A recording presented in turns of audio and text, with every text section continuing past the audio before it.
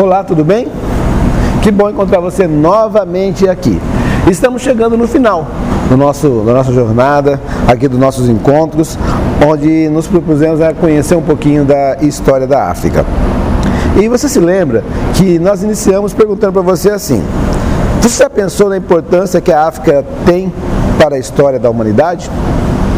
E eu queria terminar fazendo a mesma pergunta para você. E aí? Você acha que a África tem alguma importância para a história da humanidade? E aí? Você acha que estudar a história da África tem alguma importância para a gente entender, né? A história aí a nossa própria história, a história da humanidade? Então, e hoje é o nosso último encontro nesse nosso ponto, nossa semana aí, né? E a gente viu então a importância, né, do surgimento do homem lá na África. A gente viu então que a questão da arqueologia e da paleontologia que deu suporte para identificar que os primeiros seres humanos estão na África. A gente viu aí então que os processos de migração, né, fez com que os homens, né, migrassem para outras regiões, aí dando as adaptações, né, climáticas, né, do organismo para mudar a cor da pele, cabelo, da narina. E aí vimos também as primeiras civilizações, Egito e Etiópia, fruto novamente da migração das pessoas fugindo ali da desertificação do Saara. E aí vimos o surgimento então da tecnologia, de inovação no Egito e na Etiópia. E vimos o surgimento do primeiro grande império, que foi Kush, que usou a tecnologia, usou a inovação, inovou usando a siderurgia, fazendo armas e conseguiu dominar o Egito e expandir seu império para a Ásia. E vimos também que depois novas potências surgiram e a Etiópia teve que recuar, né, e fez sua capital em Napata.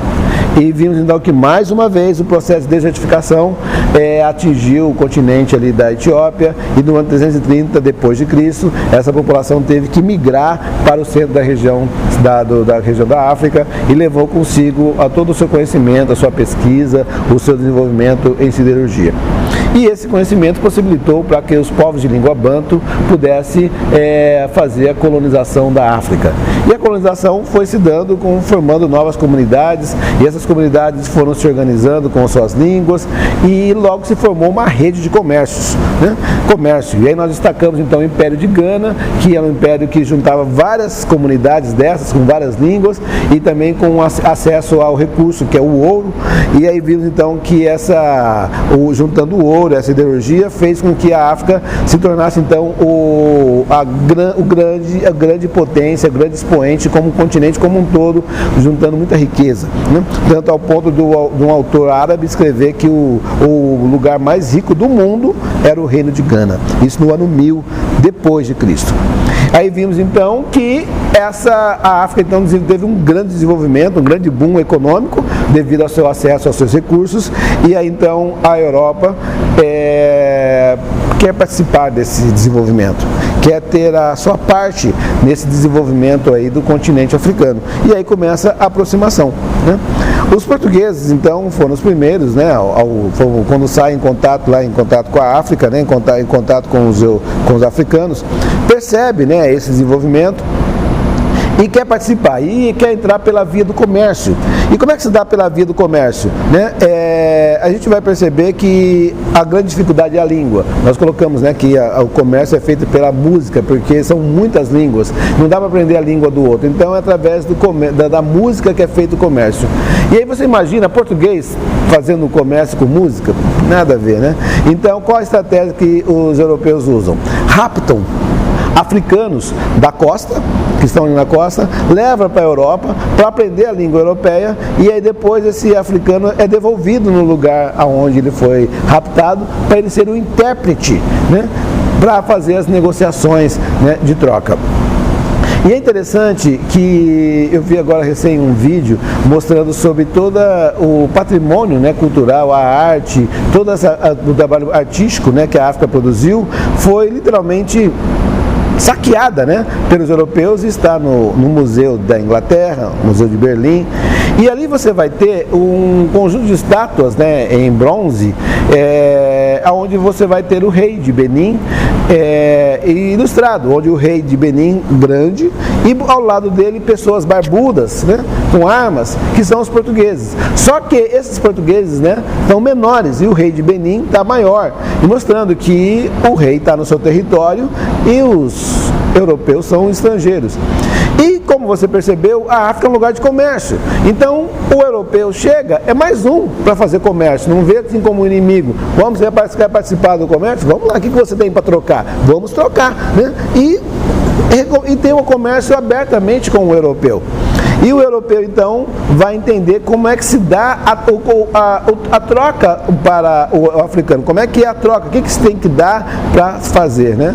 E, inicialmente, o europeu se aproxima do africano, interessado nos seus bens naturais. Marfim, ouro, diamante, especiarias, né?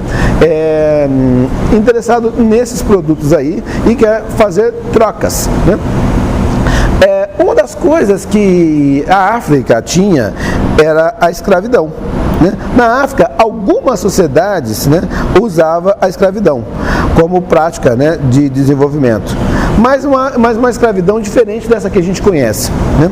Tanto que no Congo, o escravo era chamado de filho. E o escravo era parte da família. O escravo tinha ali seu direito de propriedade, né? Ele tinha posse, aquilo que era dele é dele, não é do dono do escravo, mas é dele, né? Bem diferente do sistema que a gente foi ver posteriormente. E quando então os europeus começam o seu processo de navegação e de maior exploração do restante do mundo, né? Vai chegar na América, chegar no Brasil, e o Brasil descoberto em 1500, né? Em 1500 a 1560, toda a mão de obra indígena aqui no Brasil já tinha sido eliminada, né? Em 60 anos já não tinha praticamente índios no Brasil, porque tudo foi eliminado. Foi o trabalho escravo, foi morto, né? Não tinha mais. E aí então uma grande ideia foi lançar mão do trabalho escravo africano, né? Da mão de obra africana. O africano já conhecia a agricultura, o africano já tinha conhecimento da siderurgia, o africano já estava em pleno desenvolvimento e tinha ali a sua escravidão e podia ser usado como instrumento de troca, né? Então é com base nisso que o europeu então agora desenvolve a sua indústria, né? A indústria de tecido, a indústria do tabaco, a indústria da bebida, que vão ser produtos que vão ser levados de troca para ser usado como troca no continente africano. Mas agora não está mais interessado em marfim, não está interessado mais em ouro, agora está interessado em mão de obra, né? E agora todo o comércio europeu vai ter com o africano em troca de mão de obra, em troca de pessoas. E isso então é que o nosso referência, né, Joseph Kizerbo, a história da África Negra, vai dizer então que então tem início ele chama de viração, né, da África, aquele continente que estava no top de inovação, de desenvolvimento, de riqueza, agora vira, né? Vai para baixo, porque toda a sua riqueza, que são as pessoas, agora foi exportada e foi vendida, né? E foi trocada, e agora essas pessoas foram esparramadas, né? Espalhadas como diáspora para o mundo inteiro, né?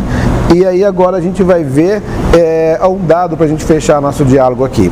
A África, que era a concentração de africanos, onde você só ia ter que conhecer pessoas negras na África, agora o que aconteceu? São Paulo, o estado de São Paulo, teria uma população, segundo o IBGE, de 33% de afrodescendente. Então e a população do estado de São Paulo, quando foi feito o IBGE, tinha 44 milhões de pessoas lá. Então a população negra de 14 milhões de negros, 14 milhões e 600 de descendentes da África. Só para vocês terem ideia, nessa relação que esteve, onde a Europa vai negociar com a África, né, pessoas, né, trazendo pessoas para aquela condição de escravo, só para vocês terem ideia, o estado de São Paulo teria 14 milhões e 650 pessoas descendentes da África.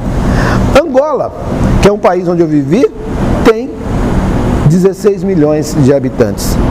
Só o estado de São Paulo tem quase 15 milhões de negros. E país inteiro, Angola, 16 milhões. Só para você ter ideia do que foi essa relação, esse contato entre África e Europa. Agora o interesse são pessoas, transferindo a maior parte das pessoas da África para a América, no caso, vamos falar do Brasil, na condição de escravo. Minas Gerais, só para vocês terem ideia, Minas Gerais tem uma população de 20, quando o censo foi feito, lá tinha uma população de 20 milhões. Tinha 53% de negros no estado de Minas Gerais. Então, se tem 20 milhões, então deu 11 milhões de a população lá de negros no estado de Minas Gerais. Só para vocês terem ideia, o Senegal é um país africano que fala a língua francesa. O Senegal tem 12 milhões de habitantes, 12 milhões e 500 mil habitantes. O estado de Minas Gerais, 11 milhões de negros. E o Senegal, um país inteiro, uma população de 12 milhões. Então, nessa relação entre África e Europa, o interesse foi trazer pessoas, aonde você vai ter mais gente negra em Minas Gerais, exatamente o mesmo, quase o mesmo tanto de negros em Minas Gerais, do que um país inteiro na África, que é o Senegal, com 12 milhões. O Rio de Janeiro quando foi feito o censo, tinha 16 milhões e 500 lá. 44% de negros, ou seja, 7 milhões e 280 de negros no Rio de Janeiro. Você pega lá a Serra Leoa, um país africano, tem 6 milhões e 300 mil habitantes. O Rio de Janeiro, só o estado do Rio de Janeiro, tem mais negros do que o país Serra Leoa inteiro. Um estado brasileiro tem mais negros do que um país inteiro Serra Leoa. Para a gente poder dar a ideia, Bahia. A Bahia, quando foi feito o censo, tinha lá 15 milhões de habitantes. 77% da população da Bahia é descendente de africanos. Ou seja, teria 1.911.000 descendentes de africanos. Né? E aí, você pega o Zimbábue, que é um país africano, tem 11 milhões e 300 mil habitantes, o país todo. Só a Bahia tem 11 milhões e 706. Ou seja, a Bahia tem mais habitantes, tem mais negros do que o Zimbábue. Fruto dessa relação onde África e Europa, onde o interesse era pessoas. Inicialmente era interesse, era em pedras, era isso, era aquilo outro. Agora o interesse são pessoas, né? E tanto é que a maior parte das pessoas da África vieram para o Brasil, né?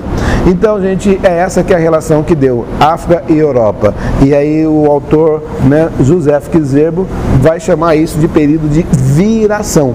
A África, que estava experimentando o seu top de desenvolvimento com tecnologia, siderurgia, realmente desenvolvimento humano, agora as pessoas agora tinham que se organizar para fazer escravos, para escravizar a comunidade vizinha, para vender para o europeu, para ser trazido para a América para ser escravo.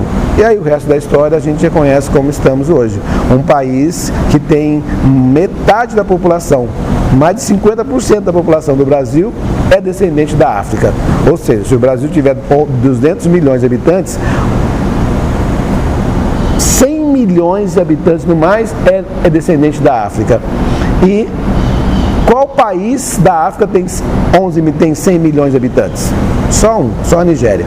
Nenhum outro país da África tem 100 milhões de habitantes. Ou seja, o Brasil tem mais negro do que qualquer país da África, com exceção da Nigéria.